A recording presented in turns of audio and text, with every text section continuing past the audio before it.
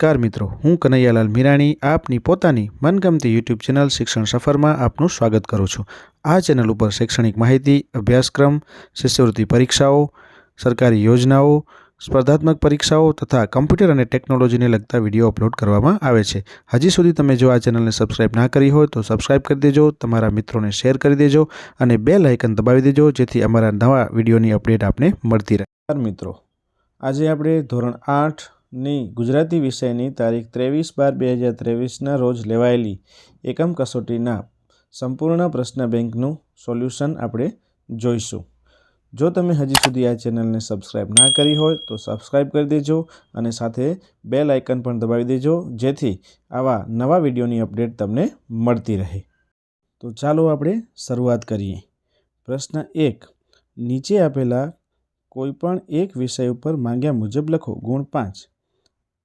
પહેલો પ્રશ્ન, નવા વર્ષમાં તમે કરેલા સંકલ્પ જણાવી તે શા માટે લીધા તે વિસ્તારપૂર્વક સમજાવો। જવાબ, અમે ઘણા બધા સંકલ્પો લીધા હતા જે નીચે મુજબ છે। 1. રોજ સવારે વહેલા ઉઠવું। રોજ સવારે વહેલા ઉઠવાથી સમયનો ઘણો બધો બચાવ થાય છે એવું વિચારીને મેં રોજ સવારે વહેલા ઉઠવાનો નિર્ણય લીધો હતો। 2. રોજ સવારે યોગ કરવા। રોજ સવારે યોગ કરવાથી શરીર સ્ફૂર્તિનું રહે છે અને શરીરમાં કોઈ રોગ આવતા નથી। 3. રોજ નિયમિત વાંચન કરવું। રોજ નિયમિત વાંચન કરવાથી પરીક્ષા ઉપર એકસાથે તકલીફ પડતી નથી અને પરીક્ષામાં સારું રિઝલ્ટ મેળવી શકાય છે। વ્યક્તિની મદદ કરવી, તેનાથી મદદ કરવાની વૃત્તિનો વિકાસ થાય છે। 5. સાફ સુથરા કપડાં પહેરવા। સાફ સુથરા કપડાં પહેરવાથી પર્સનાલિટી ડેવલપમેન્ટ થાય છે। 6. ચા નહીં પીવાનો નિર્ણય। ચા નહીં પીવાથી શરીરમાં ઘણા બધા રોગો આવતા અટકાવી શકાય છે। પ્રશ્ન 2, આપેલા શબ્દોનો ઉપયોગ કરી 2 કાવ્ય પંક્તિની રચના કરો। સાંજ, પંખી, સૂરજ, સીમ, ઘંટારવ, બાળકો। સાંજનો સૂરજ ઉગી આવ્યો, પંખી આવતાને આવી બોલ્યા, સીમ પર ઘંટારવ વાગ્યો, બાળકો સાથે મજા કર્યો। બીજું, સૂરજ બોલે સાંજને સ્વાગત, પંખી શોભા માટે હાજરાત, સીમમાં ઘંટારવ જગાવ્યો, બાળકોને મજા કરાવ્યો। પ્રશ્ન 3, તમારા ઘડતરમાં તમારી માતાનો ફાળો ઉદાહરણ સાથે સમજાવો। જવાબ, કોઈ પણ વ્યક્તિના જીવન ઘડતરમાં તેની માતાનો ફાળો હંમેશા અનન્ય હોય છે। એટલા માટે જ કહેવાયું છે કે એક સારી મા એ 100 શિક્ષકની ગરજ સારે છે। મારી માતા પાસેથી મને સત્ય, અહિંસા, નિડરતા, મદદ કરવી જેવા અનેક ગુણો શીખવા મળ્યા છે। એક વખત અમારા ગામમાં નવરાત્રિનો મહોત્સવ ચાલી રહ્યો હતો ત્યારે એક બાળકને અચાનક કરંટ વાગતા ત્યારે મારી માતાએ મને એક લાકડી લઈ અને તે બાળકને બચાવવા માટે પ્રોત્સાહિત કર્યો હતો અને મેં તે બાળકને લાકડીની મદદથી થાંભલાથી અલગ કરી તેને બચાવી લીધો।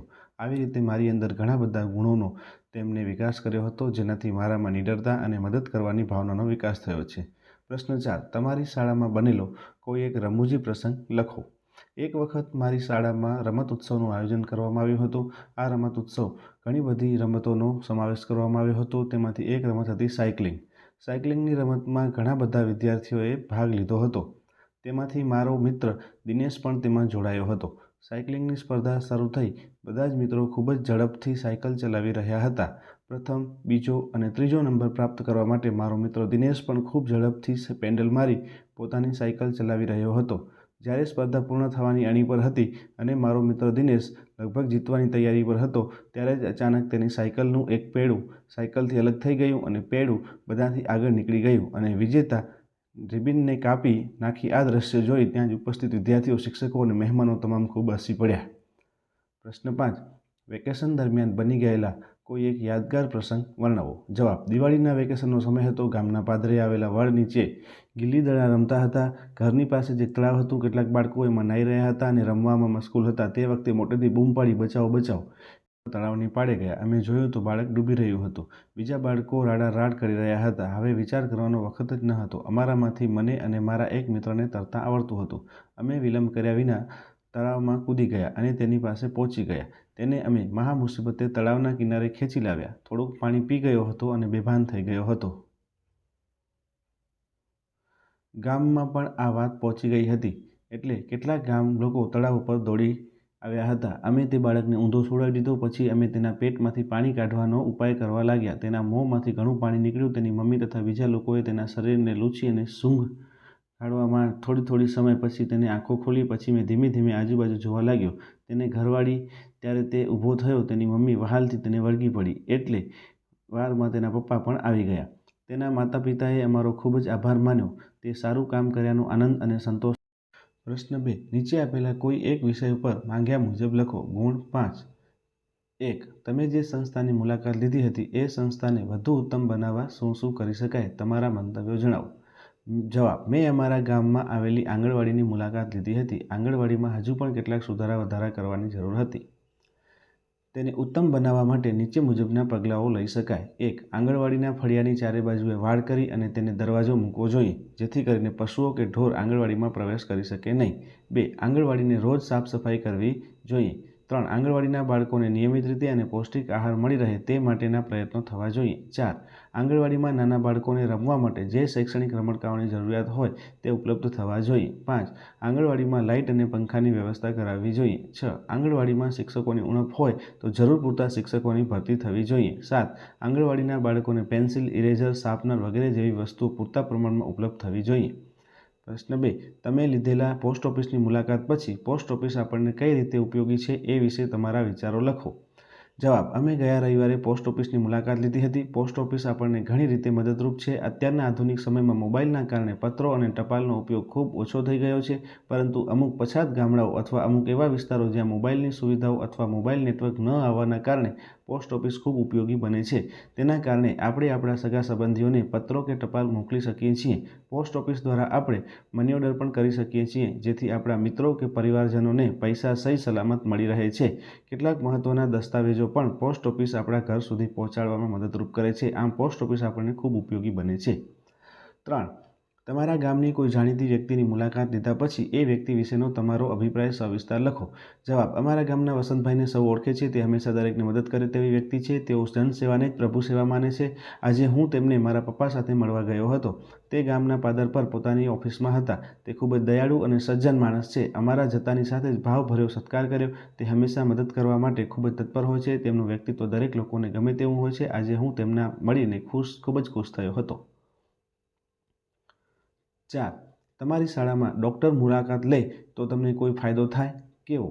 જવાબ. અમારી શાળામાં ડૉક્ટર મુલાકાત લે તો અમને ઘણો ફાયદો થશે. ડૉક્ટર તમામ વિદ્યાર્થીઓની તબીબી સારવાર અને પ્રાથમિક તપાસ કરશે, અને જો કોઈ વિદ્યાર્થીને કોઈપણ પ્રકારની સમસ્યા હશે તો તેને જરૂરી દવાઓ અને ઇન્જેક્શન દ્વારા તેની સારવાર કરશે. તેઓ અમને ચોમાસામાં કાળજી રાખવાની બાબતો જણાવશે, જેથી અમે બીમાર ન પડીએ. ડૉક્ટર અમને અમારી આજુબાજુની સ્વચ્છતાની કાળજી રાખવાનું જણાવશે, જેથી માખી અને મચ્છર ઉપદ્રવ ન વધે અને વિદ્યાર્થીઓ બીમાર ન પડે. આમ અમારી શાળામાં ડૉક્ટર મુલાકાત લે તો અમને ઘણો ફાયદો થશે.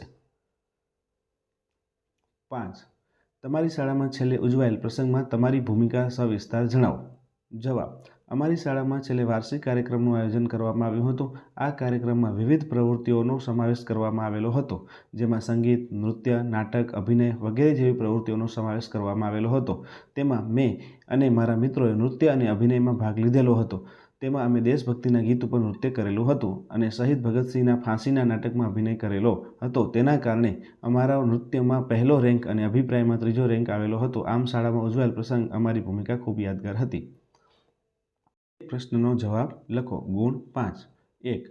તમારા વર્ગના કોઈ એક વિદ્યાર્થીને રિસેસ દરમિયાન અચાનક વાગી જતાં પગમાં લોહી નીકળવા લાગે છે તો તમે શું કરશો? જવાબ. મારા વર્ગના કોઈ એક વિદ્યાર્થીને રિસેસ દરમિયાન અચાનક વાગી જતાં પગમાંથી લોહી નીકળવા લાગે છે તો હું સૌપ્રથમ તેને એક જગ્યાએ બેસાડી તેની પ્રાથમિક સારવાર કરીશ. ત્યારબાદ કોઈ શિક્ષકની મદદથી ડૉક્ટરને બોલાવીને તેને જરૂર પડતી સારવાર કરીશ, અને જરૂર પડે તો હોસ્પિટલ પણ લઈ જઈશું અને યોગ્ય સારવાર કરાવીશું. અમે તેને ઘેર સલામત રીતે મોકલવાની વ્યવસ્થા કરીશ. આમ હું તે વિદ્યાર્થીને બને તેટલી મદદ કરવાનો પ્રયત્ન કરીશ. 2. અકસ્માતના સમયે ભોગ બનેલાને તમે કેવી રીતે મદદ કરશો? જવાબ. અકસ્માતના સમયે કોઈને ઈજા થઈ છે એ ખ્યાલ આવતા જ લોકોને મદદ માટે બોલાવીશ. પછી અકસ્માતનો ભોગ બનેલા બાળકોને રસ્તાની બાજુમાં સાચવીને લઈ જઈશું, જેથી અમને વધુ નુકસાન. શ્વાનને ફોન કરીશું. ભોગ બનનાર લોકોની કિંમતી સામાન રસ્તામાં વેરવિખેર પડ્યો હોય તો તે સાચવીને યોગ્ય જગ્યાએ મૂકીશું. ઘાયલ વ્યક્તિઓ પાસેથી તેમના સગા સંબંધીઓનો ફોન નંબર મેળવી તેની જાણ કરીશું. આમ અમે તેમને અમારાથી બનતી તમામ પ્રકારની મદદ કરીશું. 3. તમે કોઈ મુશ્કેલ પરિસ્થિતિમાં મુકાયા હો તો તેમાં તમને કોને અને કેવી મદદ કરી તે લખો. જવાબ: હું એકવાર પરીક્ષા આપવા માટે શાળાએ જતી હતી ત્યારે મારી ગાડી રસ્તામાં બંધ પડી ગઈ હતી. તો આજુબાજુમાં કોઈ પણ ગેરેજ ન હતું અને કોઈ વ્યક્તિ પણ દેખાતું ન હતું. ત્યારે મેં મારા મિત્રને જાણ કરી તો તે તરત જ તેની ગાડી લઈ અને મેં જે એડ્રેસ આપ્યું હતું તે એડ્રેસ ઉપર પહોંચી ગઈ અને તેને પોતાની ગાડી મને આપી અને મારી ગાડી લઈ અને તે સારી કરાવવા લઈ ગઈ. આમ તેણે મને મારી મુશ્કેલ પરિસ્થિતિમાં ખૂબ જ સહાય કરી હતી. આથી હું પરીક્ષા આપવા સમયસર પહોંચી શકી અને મારી પરીક્ષા આપી શકી. 4. તમારે વેકેશન પૂરું થતાં અભ્યાસ માટે નીકળવાનું છે તો વિદાયની આગલી રાતે તમે કેવી લાગણી અનુભવશો તે વર્ણવો. જવાબ: મારે વેકેશન પૂરું થતાં અભ્યાસ માટે નીકળવાનું હોય ત્યારે મને આગલી રાતે ખૂબ એકલતાપણું અને દુઃખની લાગણી અનુભવાય છે. મારા ઘર અને પરિવારથી દૂર જવાનું મને ખૂબ દુઃખ થાય છે. વેકેશનમાં તેમની સાથે વિતાવેલી આનંદમય પળો અને ખુશીના દિવસો મને યાદ આવે છે.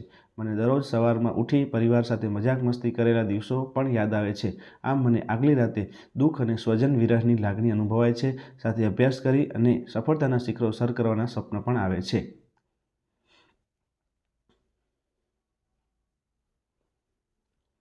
5. કોઈ એક કુદરતી આપત્તિનું નામ લખો. એ આપત્તિના સમયે તમે લોકોને ઉપયોગી થવા શું કરશો તે જણાવો. જવાબ: પૂર. પૂર સમયે જે લોકો પાણીમાં ડૂબતા હોય તથા જે લોકોના ઘરમાં પાણીમાં ડૂબી ગયું હોય તે લોકોને અમે રહેવા માટેની વ્યવસ્થા કરી આપીશું. આ ઉપરાંત તેને જમવા માટે ભોજનની વ્યવસ્થા કરી આપીશું અને જે લોકોના ઘરમાં પૂર આવતા જે નુકસાન થયું હોય તેને આર્થિક સહાય આપીશું. પૂરમાં ફસાયેલા લોકોને બહાર કાઢવા માટે હોડી અથવા તરાફાની વ્યવસ્થા કરીશું. જે લોકો બીમાર પડ્યા હોય તેને હોસ્પિટલ પહોંચાડીશું અને ગરીબ લોકોને જે નુકસાન થયું હોય તેની ભરપાઈ માટે સરકારને વિનંતી કરીશું. આમ અમે ઇજાગ્રસ્ત લોકોને અમારાથી બનતી સહાય કરીશું. પ્રશ્ન 4. સાંભળેલી કે વાંચેલી તથા પાઠ્યપુસ્તક અને અન્ય સામગ્રીમાંથી યોગ્ય તારણ કાઢી પ્રશ્નનો જવાબ લખો. ગુણ 5. વિભાગ 1. તમે જોયો છે. આપણે પ્રશ્નના જવાબ જોઈએ. 1. શા માટે ભારતમાં વૈદિક ઋષિઓથી લઈ અને આજ સુધી શબ્દોની એક અખંડ પરંપરા ચાલી આવે છે? 2. શા માટે દુનિયાના બીજા કોઈ દેશમાં ભારત જેવી પરંપરા નથી દેખાતી? 3. ભારતમાં શબ્દ શક્તિનું કેવી રીતે ચિંતન થયું છે? 4. શા માટે ભારતે પોતાના પુરાણા શબ્દોને તોડ્યા નથી? 5. સંસ્કૃતિને કેવી રીતે આગળ વધારી શકાય? વિભાગ 2. પણ નામોથી ઓળખીએ છીએ. ઇન્ડિયા અને ભારત શબ્દ ઇન્ડિસ પરથી ઉતરી આવ્યો છે જેને સંસ્કૃત ભાષામાં સિંધુ કહેવાય છે. પ્રાચીન ઈરાન અને ગ્રીસના લોકો સિંધુ નદીથી પરિચિત હતા. ઈરાનીઓ સિંધુ નદીને હિન્ડસ અને ગ્રીસના લોકો ઇન્ડિસ કહેતા હતા. તેઓ આ નદીના પૂર્વ કિનારાને ઇન્ડિયા કહેતા હતા. ભારત એવું નામ ઋગ્વેદમાંથી જાણવા મળે છે. ભારત નામનો માનવ સમૂહ ઉત્તર પશ્ચિમ ભારતમાં આવી અને વસેલો તેના નામ પરથી આપણો દેશ ભારત તરીકે ઓળખાય છે. પ્રશ્ન 1. ઇન્ડિયા અને ભારતની શબ્દની ઉત્પત્તિ કેવી રીતે થઈ? 2. સંસ્કૃત ભાષામાં સિંધુ નદીને કેવી રીતે સંબોધવામાં આવે છે? 3. ઈરાનીઓ સિંધુ નદીને કેવી રીતે સંબોધતા હતા? 4. ઈરાનીઓ ગ્રીસના લોકોને કેવી રીતે સંબોધતા હતા? 5. આપણા દેશને ભારત તરીકે શા માટે ઓળખવામાં આવે છે? આપણે તેના પ્રશ્નના જવાબ જોઈશું. 1. શા માટે નવા વર્ષનો સંકલ્પ લેવો જોઈએ? 2. વૈશાખના બપોરના વંટોળિયા કેવી રીતે સૂઈ જાય છે? 3. તબલાની થાપ આપણને કેવી રીતે ચમકાવી દે છે? 4. બેસતા વર્ષનું મોજું શા માટે આવે છે? 5. ઝાકળ શા માટે સંતોષ આપી જાય છે? તમે વાંચી શકો છો. આપણે તેના પ્રશ્નના જવાબ જોઈશું. 1. પર્ણ કેવી રીતે ખોરાક બનાવે છે? પર્ણ વનસ્પતિનું રસોડું શા માટે કહેવાય છે? 3. વનસ્પતિ પર્ણમાં કેવી રીતે કાર્બન ડાયોક્સાઇડ લે છે? 4. પાણીમાં કેવી રીતે ખનિજ તત્વોનું વહન થાય છે? 5. પર્ણ કાર્બન ડાયોક્સાઇડ કેવી રીતે લે છે? વિભાગ 5. તમે વાંચી શકો છો. આપણે તેના પ્રશ્નો જોઈશું. 1. શિયાળ એ માણસને કેવી રીતે બચાવ્યો? માણસે વાઘને શા માટે પિંજરામાંથી બહાર કાઢ્યો? 3. વાઘે માણસને કેવી રીતે લલચાવ્યો? 4. માણસ અને વાઘનો કેવી રીતે ન્યાય થયો? 5. માણસ વિભાગમાંથી કોઈ એક વિભાગ પસંદ કરી માંગ્યા મુજબ જવાબ લખો. ગુણ 5. વિભાગ 1. 1. દ્વંદ્વ સમાસ ઓળખો અને લખો. દિવાળી પર ભાઈ ભાભી વતન રવાના થયા. જવાબ: ભાઈ ભાભી. 2. અલગ પડતો શબ્દ શોધીને લખો. દિવાલ, બારણા, છત, ફળિયું, પાદર. જવાબ: પાદર. 3. શબ્દ સમૂહ માટે એક શબ્દ લખો. વિધવા સ્ત્રી માટે માનાર્થે વપરાતો શબ્દ. જવાબ: ગંગામાં સ્વરૂપ. 4. યોગ્ય રૂઢિપ્રયોગ પસંદ કરી લખો. બાને એ ઘર સાથે માયા બંધાઈ ગઈ હતી. મમતા બંધાવવી, માયા મૂકવી. જવાબ મમતા બંધાવવી. 5. સાચી જોડણીવાળો શબ્દ શોધીને લખો. ફિલોસોફી. જવાબ ફિલસૂફી. વિભાગ 2. 1. દ્વંદ્વ સમાસ ઓળખો અને લખો. અમે સાતમ આઠમમાં આબુ ફરવા ગયા હતા. જવાબ સાતમ આઠમ. 2. અલગ પડતો શબ્દ શોધીને લખો. શિક્ષક, વર્ગખંડ, ટપાલી, પુસ્તકાલય, મેદાન. જવાબ ટપાલી. 3. શબ્દ સમૂહ માટે એક શબ્દ લખો. નવી પરણેલી સ્ત્રી. જવાબ નવોઢા.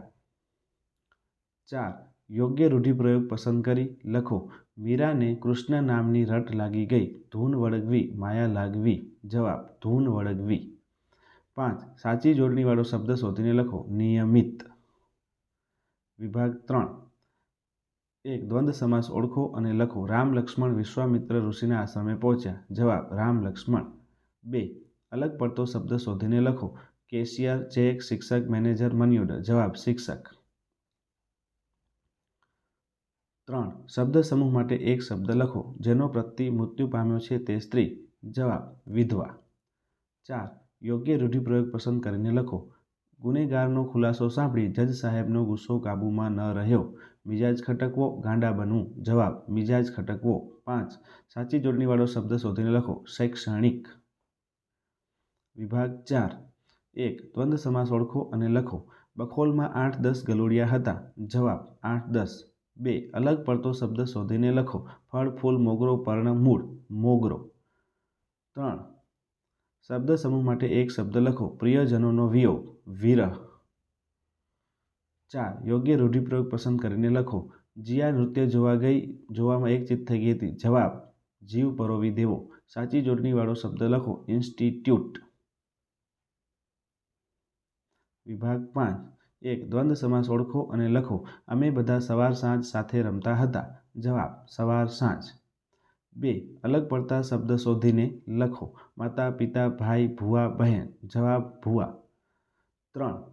શબ્દ સમૂહ માટે એક શબ્દ લખો. બુદ્ધિથી ન સમજાય તેવું. જવાબ અગમ્ય, અજ્ઞાન. 4.